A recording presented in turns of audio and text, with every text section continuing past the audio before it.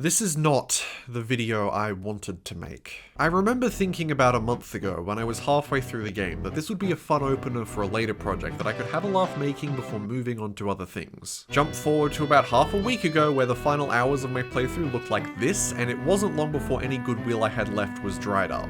I hated this game by the end, so much so that I almost gave up on making this video in the first place. The only reason I'm talking about it now is because if I let those 40 hours of my life go to waste, I am going to have a mental breakdown. But we all know Red and Blue aren't that good, and we definitely didn't need me to confirm it. So what made me put myself through these games from start to finish in the first place? Well, to make a long story short, Pokemon Scarlet and Violet are bad. They have their redeeming qualities, to be fair, but for the most part they are probably among some of my least favorite games. And I do plan on making a video talking about them on their own. But to prepare for that, I wanted to replay all the games that came before it to hopefully give a somewhat coherent explanation on why I don't like them. A reasonable mind would realize that this is way too much gameplay to justify a single video. So to make the most of it, I decided to make a separate video talking about whichever generation I found the most interesting, which just so happened to be Gen 1. And that is how we got here. Don't get me wrong, these games do have merit to them. Like I mentioned, the first half was surprisingly good. And even when it's bad, it's easy to forgive it for its shortcomings, at least compared to its modern counterparts. But when you get past the point where those faults stop being a cute novelty, oh my god.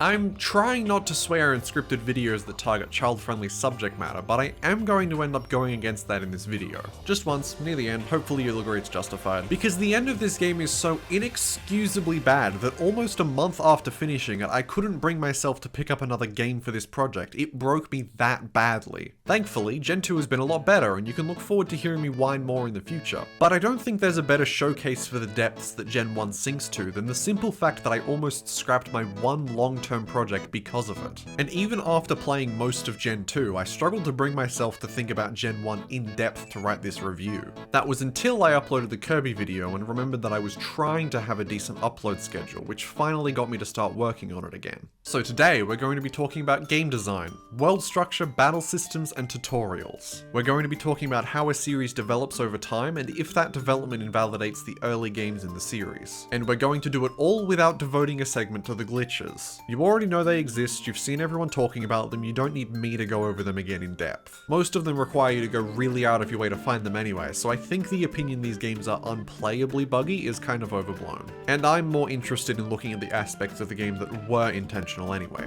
Also, sorry if the footage in this video looks kind of weird. I recorded the whole game using the emulator Visual Boy Advance, which made all the footage look noticeably choppy. I switched to using MGBA once I noticed this, which thankfully looks a lot better. But that was after I had already finished the game, and unfortunately I don't have the patience to re-record my entire playthrough from the start. So sorry that the red footage looks so jank. I'll try to re-record it before I release the Gen 9 video. Anyway, let's not prolong this intro anymore. I need to start talking about this game before my brain explodes. And we'll start off by talking about some positives. A problem a lot of early games from legacy franchises face is that they typically lack the gameplay and structural innovations that the sequels later made. Metroid 1, Zelda 1, Kirby's Dream Land, the early Final Fantasies, even the first Persona game suffers from this. Because these games lack many features we've become used to them having in recent years, as well as being generally unrefined, it creates a kind of learning curve that needs to be overcome when you go back to these games. Which is really obvious for me to bring up, I understand, but I'm starting on this because I was expecting Red and Blue to have a similar problem when I started them. As I mentioned earlier, these games are kinda infamous for aging poorly, which most people attribute to how buggy they are. But as I've mentioned already, I think it's kind of overblown. And I think if you're just playing the game normally, it's easy to appreciate how well these games have actually aged. The battle system and world structure of Red and Blue were used in almost every game that came after them, and it's only relatively recently that they began to move away from that structure. But if you've enjoyed just about any other Pokemon game, you'll probably enjoy Red and Blue as well. That's not to say the learning curve doesn't exist, it just isn't as bad because of how solid the main experience is. A lot of the sequels ended up adding things to the series that would become mainstay features, and getting used to not having that stuff still takes time, albeit not as much as I thought it would. You have missing types, lack of abilities, moves that work slightly differently, and some missing evolution trees, but for the most part it's easy to write those off as nitpicks since they don't really become a problem that much. The only exception I can think of is about halfway through the game when you need to do the Psychic Gym, which is normally countered with Dark-type moves. But since those didn't exist until Gen 2, your only option for reliably defeating their Pokemon is to use either the extremely rare Ghost type or the almost obsolete Bug type. And after going through that segment, I was so glad they added a more common way to counter psychic Pokemon moving forward. But that aside, the core of Pokemon hasn't actually evolved that much since the 90s, and because of that, it's still fairly solid even back here. Though there is one kind of big issue I have with these games as an entry point to the series, and that is the lack of tutorialization. Since this was the first game in the series, and by extension the first RPG for a lot of people, I feel like the intro should have had more of a focus on teaching players how to play. This isn't a huge issue for structural reasons that are cool and awesome and that I'm going to spend way too long talking about in the next segment, but there are a few things that I feel could have been explained somewhere on the main path. There are some NPCs in Viridian City that explain things like status effects, PP, and Pokemon catching, but the player is able to just walk past all of them. Yes, the catching tutorial is optional in Gen 1, you were probably thinking of Gen 3. And while this does make replays faster, since experienced players are able to skip the tutorials, it also means that inexperienced players who don't know where these tutorials are will end up walking past them. I think not making status effects and PP mandatory is mostly fine, since those things players will probably learn about through doing battles anyway, but they should have at least made the catching tutorial mandatory, especially since it's on the main path anyway. To be fair, this was during a time when games, especially RPGs, expected players to talk to every NPC once they arrived in a new town, which could be why these tutorials are explained in optional areas. It was also during this time that games shipped with manuals that had tutorials and gameplay info that wasn't in the game, and after finding a copy of the manual online, everything I just talked about is explained in there. It even has a section for stats and type matchups, which aren't explained in the game either, as well as a pretty thorough overview of the opening of the game.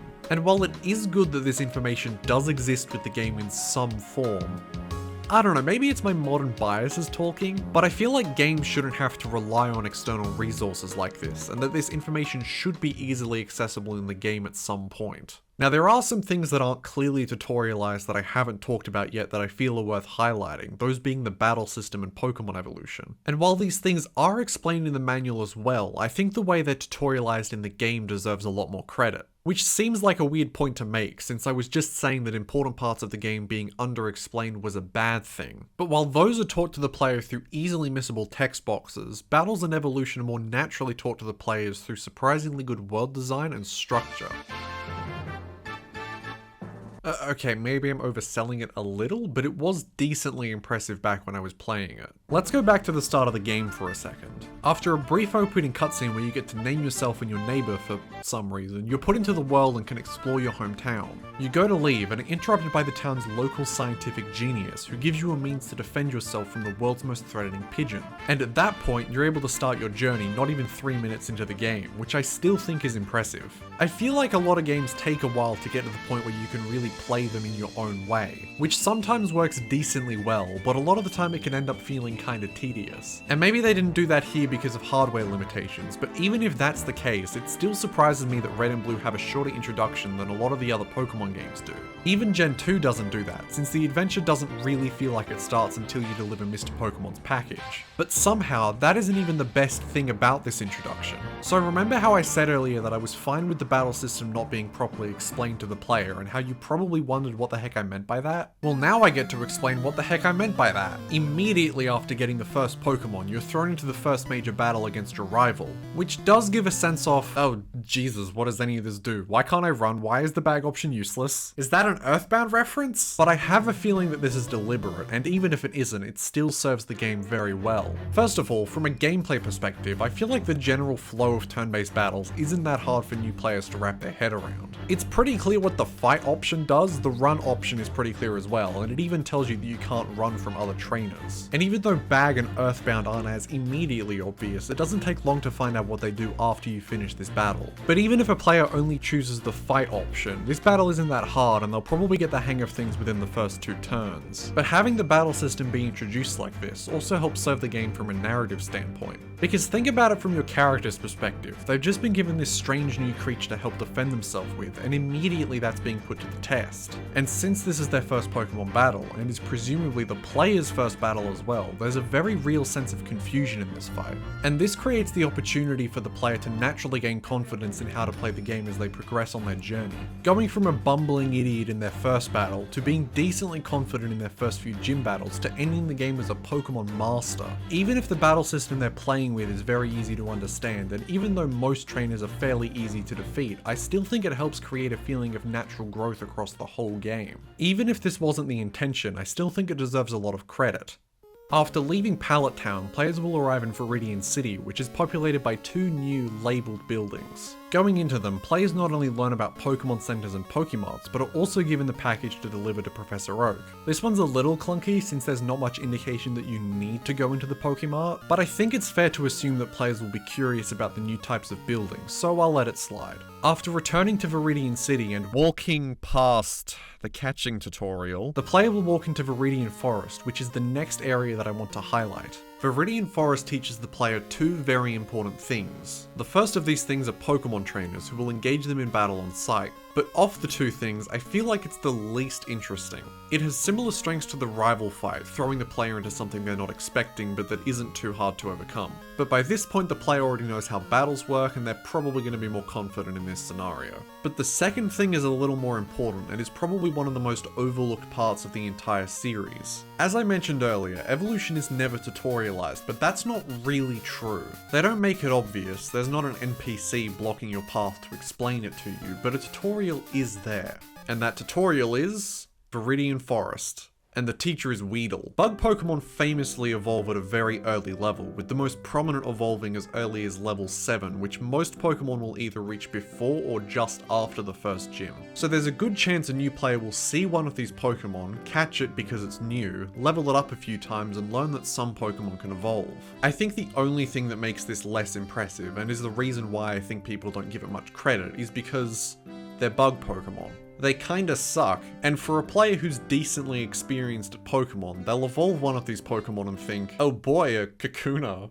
Let's put him in the box. But I still appreciate it when a game tries to teach the player this stuff through world design and structure, rather than just explaining it all in a text box. Going into the first gym and beyond, there's less need to naturally teach the player these things, and as a result, there's less specific moments to appreciate going forward. In fact, it could be argued that a lot of things past this point are kinda lazy. Oh hey, you don't know what gyms are? Well, let me physically drag you to one to show you what they look like. But I think the bigger picture still deserves some credit, especially since this game uses the 8 gym structure that almost every other game in the series would end up using. And I'd argue they did a pretty good job with it for their first try. The path through the first 2 gyms is pretty linear, which is par for the course for a Pokemon game, but after that you're able to do gyms 3 to 7 in any order you want. There's not much reason for you to do them out of the intended order though, since by the time you're able to skip past a gym, you may as well do the one you're supposed to do anyway. For example, the only thing stopping you from doing the Celadon gym before the Vermilion gym is this tree to the east of Cerulean City. So once you get the Cut HM from the SSN, you can go back up to Cerulean City, cut the tree down, and walk to Celadon with nothing to stop you. Alternatively, since you get the Cut HM inside of Vermilion City, you may as well do the Vermilion gym while you're there so you don't have to come back later. The gym's levels also don't scale to your current level, so skipping a gym just means it'll be really easy once you get back to it. I don't even think it would make the later gyms harder, since the path to get to them would be scaled to your level. So your team would grow to match up against level 30s, 40s, and 50s, only for you to go back and fight Lieutenant Surge's level 20s. Can't say that idea sounds that appealing if I'm being honest, especially since you require some badges to use HMs. Which isn't really a problem until you reach Victory Road, but skipping the Vermilion gym and not being able to use Fly feels kinda dumb. Especially since not using Fly would force you to walk back to the gyms you skipped. There are a few secondary objectives that do need to be done in a more linear order, those being the rocket hideouts and the Pokemon Tower in Lavender Town. And I'm kind of in 2 minds about them. Not really about how linear they are, that's fine, though it could be a little bit more obvious that you need to do the Celadon arcade to start that plotline, but more so that on the one hand, I do think they do a decent job at breaking up the primary objectives to help make the overall journey feel better paced. I think if you removed them from the game, it would make each town feel like it has nothing going on aside from the gym, making the whole region feel pretty empty. It would also make the game end too quickly to really feel worthwhile. They also tie into the main story in a way that's decent in concept, but terrible in execution, but I'll talk about that later. But on the other hand, They do kinda suck. The Pokemon Tower's fine, the encounter rate's kind of annoying, but it's not that bad overall. But the other two mark the start of the unnecessarily confusing maze-like hideouts that almost every other rival team in the series would end up using. I'm not a huge fan of them, as you can probably tell. They either range between being too frustrating to be tolerable or too basic to be worthwhile. And unfortunately, the Kanto hideouts are a part of the frustrating group. The Celadon hideout is pretty standard as far as team hideouts go. It's not too difficult to wrap your head around the layout, and while the arrow mazes are pretty slow, they aren't that hard to get through either. It's also fairly short, so it's not that painful to get through. The Silphco building, meanwhile, is awful. It's 11 floors long, which at a first glance seems bad enough, but it's not unplayable. It just means you need to backtrack to the Pokemon Center regularly. But that's assuming the floors are connected in a way that makes sense to begin with. The only way to get around the building is by using these warp pads that take you to another part of the building with no clear logic behind them.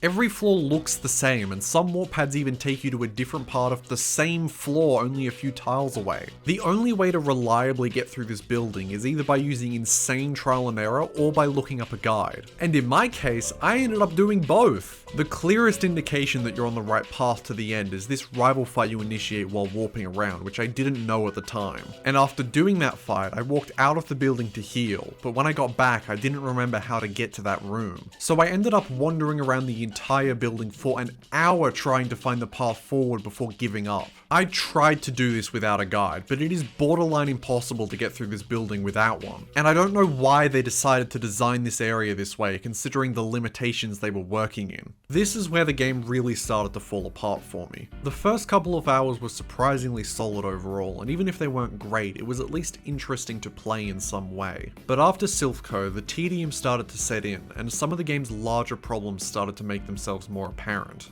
And that's really the reason why this isn't the video I wanted to make. I was ready to make a video talking positively about Gen 1, saying it holds up better than you probably think. But going into the last quarter, that quickly stopped being the case, even for the stuff that I actually liked about the first half of the game.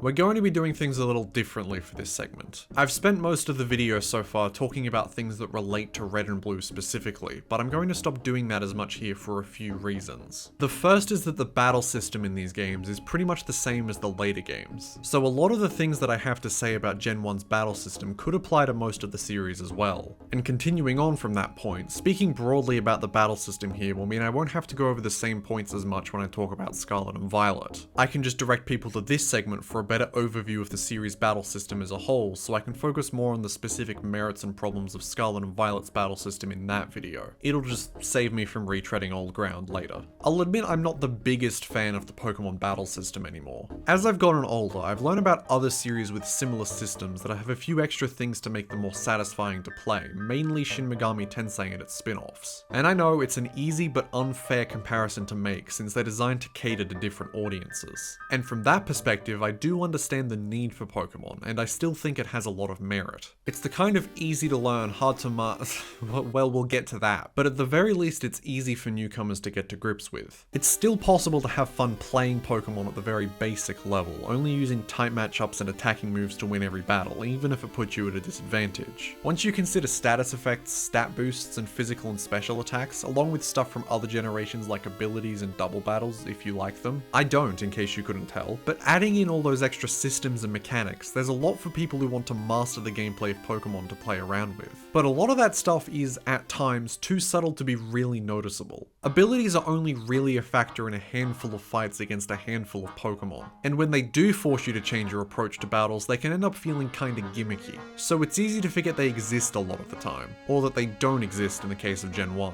Physical and special attacks aren't worth keeping track of most of the time either, since they both do damage the same way. And even considering stats or guarding moves, I'll probably end up one-shotting whichever Pokemon I'm fighting anyway. Status effects are probably the only thing I'm neutral on, since they are very useful a lot of the time, but they can make the game a little too easy in places. Now keep in mind, I'm talking about this as someone who only has interest in the games themselves. I don't care for the competitive scene, and I am probably never going to. I understand that high-level, legitimately challenging Pokemon gameplay is possible, but that's only when you play it against other people. But for the games themselves, they're very easy, arguably too easy. I understand that they're made for kids, but I still think they're too easy. Pretty much as soon as you learn how type matchups work, everything dies to one attack, and once that starts happening, you've pretty much won the game. And there's not much reason for you to not do that unless you go out of your way to challenge yourself by restricting what you can use or playing ROM hacks. Don't get me wrong, the peaks of Pokemon are hype as hell, way higher than the peaks of SMT.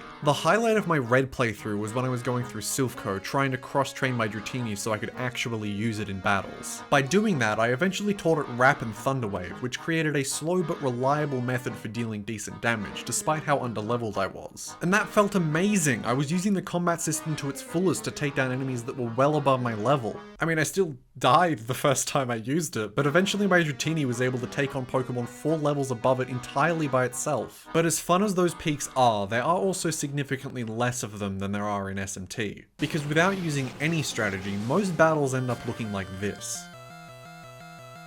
Which going into the late game is pretty deflating. Across pretty much the entire series, it turns most late game fights into a tedious grind, especially when you're going through the rival team hideouts. So that's my opinion on the battle system across the series as a whole, but there are a few things I want to talk about with Gen 1 specifically. The first being that the game is actually surprisingly challenging to start off with, even with Bulbasaur. That may be because it's weak to the bug Pokemon in Viridian Forest, but it did make me think about the earlier battles a little more. The difficulty does drop off after the second gym, unfortunately, but for the first quarter of the game, it was refreshingly difficult. The second thing that I want to talk about is that a lot of moves in Gen 1 work differently compared to how they work in later generations, both in typing and functionality. Now, I'm not going to go down a list of every move in the game and go over each of their minor differences, since that would take too long. And I'm also not going to highlight moves that are obviously glitched like Focus Energy, which end up doing the opposite of what they're supposed to do. But there were a handful of moves I saw during my playthrough that weren't obviously bugged that I still feel are worth highlighting anyway.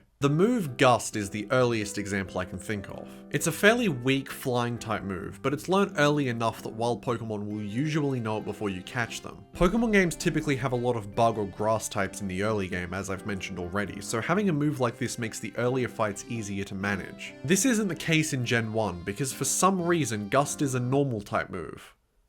But why though? I caught a Pidgey after beating Brock to make the earlier fights easier, and found out that the Pidgeyline doesn't actually learn a flying type move until level 38 at the earliest. Thankfully, Wild Spearow usually know the move Peck, another fairly weak move that is a flying type, so at least that option exists. But this also means that the Pidgeyline is effectively useless until you get Fly about halfway through the game. The second move I want to highlight, even though it's the least interesting, is the move Disable, which normally disables the last move an opponent used for a few turns. In Gen 1 though, it just disables a random move, which a lot of the time is a move you weren't going to use anyway. And while this does limit the move's strategic potential more than usual, it does lead to some great comedic moments. Oh no, my self-destruct got disabled, how unfortunate. But probably the funniest move is the move Roar, which forces a wild encounter to end if it's used by either team. In later generations, it also forces a random switch for the opponent's Pokemon in a trainer battle. But in Gen 1 trainer battles, it does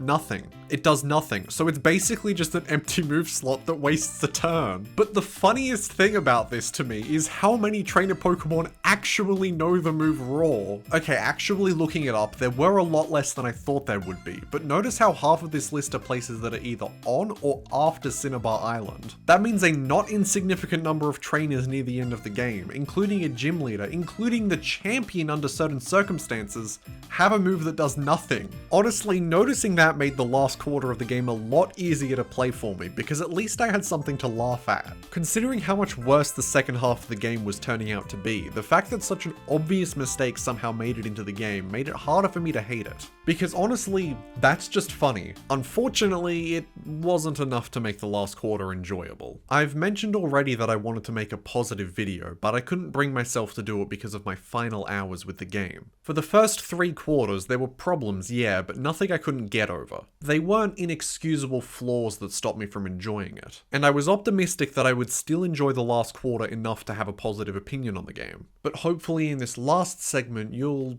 see why that didn't happen. So the region is designed so that you leave Pallet Town through the north, go on your adventure around the region, and loop back through Pallet Town to Viridian City, since that's where the 8th gym is located. And I thought that this would be a perfect opportunity for some narrative or dialogue that would comment on how far you've come as a trainer, since you are kinda starting and ending your journey in the same place. But after surfing up from Cinnabar and landing in Pallet Town, I was greeted with nothing. Nothing. Professor Oak only talked about the Pokédex, the player's mum's dialogue wasn't changed, your rival sister's dialogue wasn't changed, and none of the NPCs said anything new. It was exactly the same as the start of the game. But it is a Game Boy game, they couldn't have had much dialogue to begin with, so maybe I was setting my expectations too high. I walked back up to Viridian City, cleared through most of the gym, and came face to face with, spoilers if you don't know for some reason, Giovanni, who I'm gonna have to talk about briefly. Team Rocket functions as the main antagonistic force for most of the game, which makes Giovanni the main antagonist in a sense. But despite that, all of his encounters kinda suck, and I think the best example of this can be seen the first time you meet him. That was it, by the way. That piece of footage that just played, that was everything. That's your introduction to the main antagonist. He is characterized slightly more through the actions of his organization, but when you're actually face to face with him, he's not much more than just an evil guy, which I guess is par for the course for a kid's game. But considering how much of a presence he seems to have later in the series, I was expecting more from him,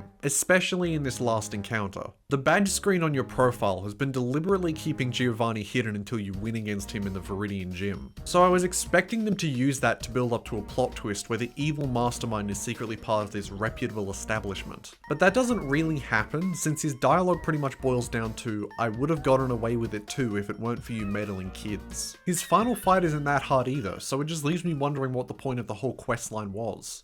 Already feeling underwhelmed, I moved towards Victory Road, fighting my rival along the way in what was actually a pretty fun fight, which may have been because I was kinda severely underleveled. This is going to become a problem very shortly, keep it in mind. Continuing through the badge checkpoints, and I have always liked it when the games do this. It does kinda waste time, but I think it's a decent narrative device, giving you time to think on your journey as a whole before the endgame. I still think Gen 5 has the best version of it, unsurprisingly, but they did a pretty good job with it here. Continuing through the fairly standard cave that was Victory Road, picking up my one and only legendary along the way, I finally came out to the Pokemon League. And it felt appropriate after all the frustration I'd gone through so far to challenge the Elite Four immediately to get this over with.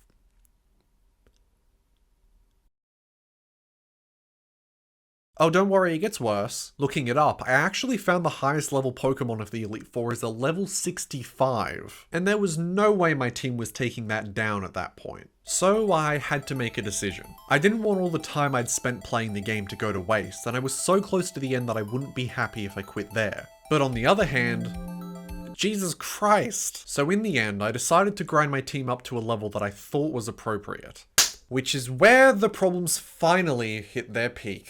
Out of all of the RPGs I've played, Pokemon is the series I enjoy grinding in the least. The nice thing is that I've never had to grind for more than a couple of minutes, especially with the recent games having team-wide EXP share. So even though I don't like it, I've never had to do it for that long. That absolutely wasn't the case here. Most of my team was around 10 levels below the point where I felt comfortable challenging the Elite Four, and some were even lower than that. And to get them all to the point where I could use them in the final fights, I had to grind them all up individually, which ended up taking 12 fucking hours. And even after doing that, it was barely good enough. I'm surprised I was able to beat the rival at all with how my team was. And the Elite Four wasn't bad, sure it's kinda dumb the final trainers are characters we've never met before, but having the final boss be your rival is a pretty good plot moment. His sprite even changes over the course of the game, which I didn't notice until after I beat him, but you know, that's pretty cool. His fight was also pretty fun, but it still doesn't redeem the last 12 hours I spent grinding to get to this point.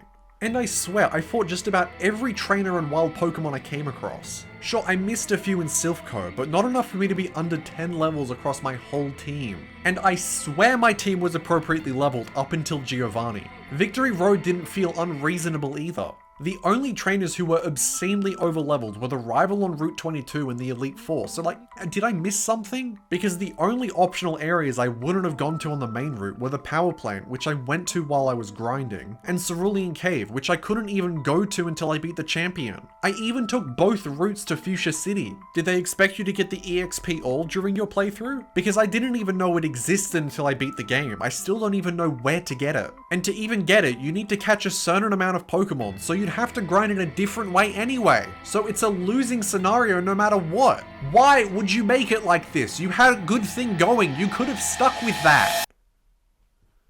So at this point in the script, sorry, tonal whiplash, but at this point in the script, I have a joke written to take a break before recording the conclusion, the final segment. I think regardless of what the script says, I'm gonna need to do that. So I'm gonna come back in a bit. I'm gonna come back in like 2 hours, get some water, play some Phoenix Wright, and we'll do this when I've calmed it down. All right. Man, Herlock Sholmes is really weird. Anyway, after writing everything I've written so far, and after thinking about the game as a whole for the last couple of months, I think the most damning thing about Gen 1 is that it's not actually bad. It's that it was surprisingly good. Until it wasn't. And that just makes the good parts seem insignificant in comparison. Especially since the good parts are plagued with problems of their own. I wasn't even able to talk about the bag's limited storage space being worse due to the PC's limited storage space, or that the music can get kinda tedious after a while, or that some Pokemon sprites look really silly, even though others do look pretty solid. If the ending was just fine, I would have been able to write those off as a janky novelty. But when the last few hours of a game are so crushingly mediocre, it doesn't do much to prop up the handful of good moments we ended up getting. And honestly, playing these games have given me a different perspective on Scarlet and Violet. And in a way, they're almost exact opposites of each other. Red and Blue are more solid than people give them credit for, and even have some genuinely great moments. But they end up stumbling so hard by the end that it's difficult to look at them in a positive light. Meanwhile, Scarlet and Violet are continuously bad, but have enough good moments to give them some kind of merit. And after playing both of them, even though I'm only about halfway through Scarlet and Violet when I'm writing this, I think overall they are better games. They're still not great, but their low points aren't nearly as low as Gen 1's. So with that in mind, it naturally begs the question, why would anyone play Gen 1 today? Well,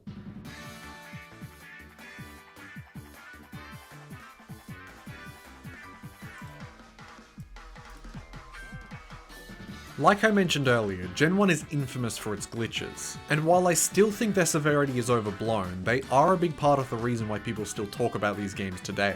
I've avoided bringing them up in this video because I feel like it's the only thing people talk about, but I still think it's worth highlighting that some of the glitches are fun in their own way, and doing them does kind of help to make the last quarter sting a little less. Sure, some of them are kind of tedious and annoying to do, but actually, I don't even know if that's a bad thing, but it's still fun to do some of them, or even to watch other people do them if you don't have the patience. Or if you don't want to corrupt your save file. I do think they overshadow the rest of the game a little too much though, which is kinda sad. I'd imagine these games would be cast in a much better light if only a handful of the glitches were removed. At the very least, it does give them some replay value, and it has kept the discussion surrounding these games going for quite a while. But even after finishing my glitch playthrough, I feel like I'm still going to remember this game for the parts that worked as intended, no matter how flawed they may have turned out to be in the end.